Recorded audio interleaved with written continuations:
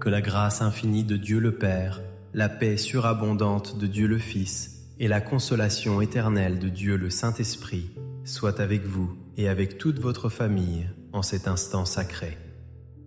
Imaginez maintenant un manteau céleste, tissé de fils de lumière et d'amour, qui descend doucement pour envelopper vos épaules et celles de vos proches.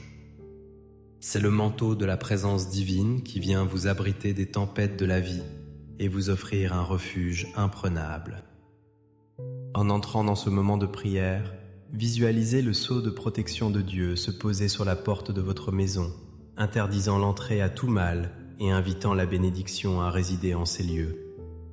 Nous sommes ici pour connecter nos cœurs au ciel, pour transformer l'atmosphère de votre foyer par la puissance de la foi et pour réclamer les promesses divines qui ne faillissent jamais. Respirez profondément et sentez la tranquillité de l'esprit commencer à apaiser les vagues de l'inquiétude. Seigneur Jésus, nous nous tenons devant ta majesté avec une assurance inébranlable, sachant que ton nom est au-dessus de tout nom et que ton autorité s'étend sur la terre comme au ciel. En ce moment précis, nous élevons un mur de feu spirituel autour de chaque famille représentée ici, déclarant que les ténèbres ne peuvent franchir cette barrière sainte. Nous brisons maintenant par la puissance de ta parole toute chaîne de division qui tente de séparer les époux, les parents et les enfants.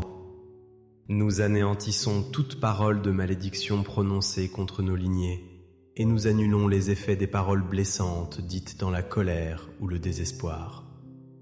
Nous déclarons que l'esprit de confusion, de rébellion et de froideur est chassé de nos foyers, remplacé par l'esprit d'unité, de douceur et de compréhension mutuelle.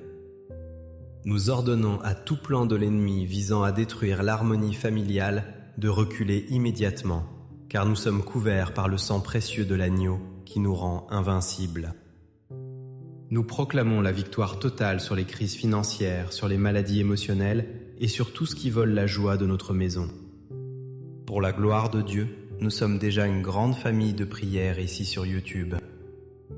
J'aimerais aussi que vous laissiez votre like, votre mention j'aime, car chaque fois que vous faites cela, vous prévenez YouTube que ce que vous voyez et entendez est bon pour vous et qu'il peut l'envoyer à d'autres personnes.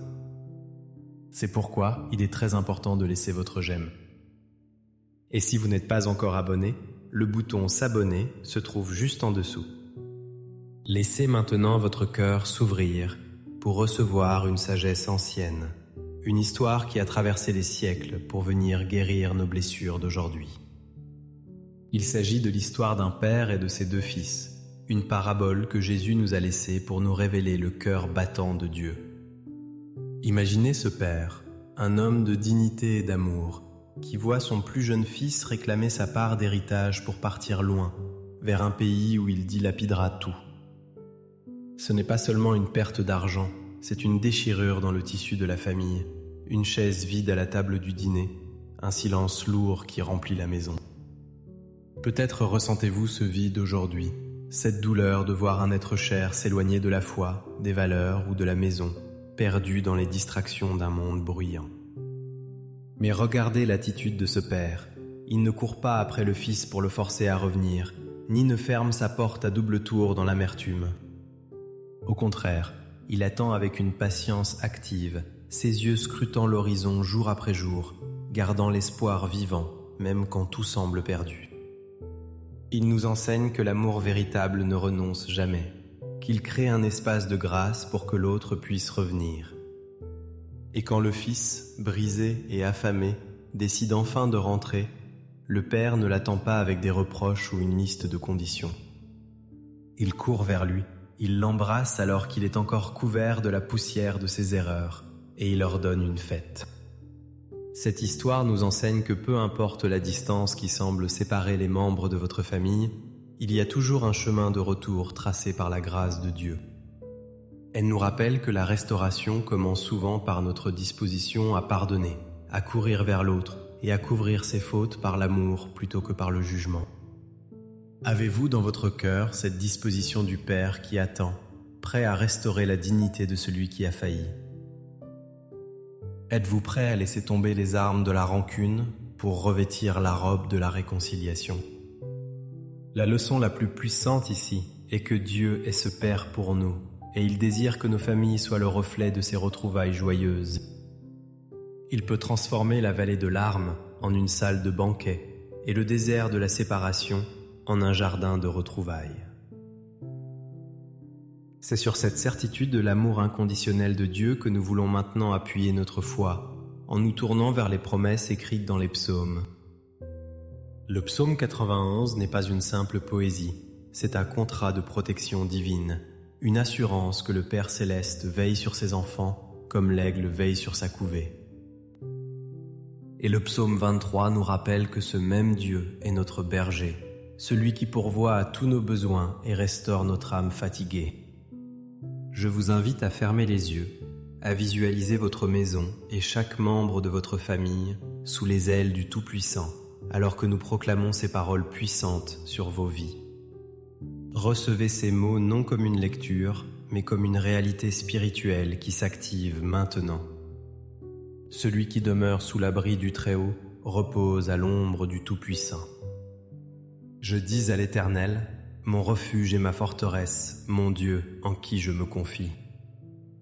Car c'est lui qui te délivre du filet de l'oiseleur, de la peste et de ses ravages. Il te couvrira de ses plumes et tu trouveras un refuge sous ses ailes. Sa fidélité est un bouclier et une cuirasse. Tu ne craindras ni les terreurs de la nuit, ni la flèche qui vole de jour, ni la peste qui marche dans les ténèbres, ni la contagion qui frappe en plein midi. Que 1000 tombent à ton côté et 10 000 à ta droite, tu ne seras pas atteint. De tes yeux seulement tu regarderas et tu verras la rétribution des méchants. Car tu es mon refuge, ô Éternel.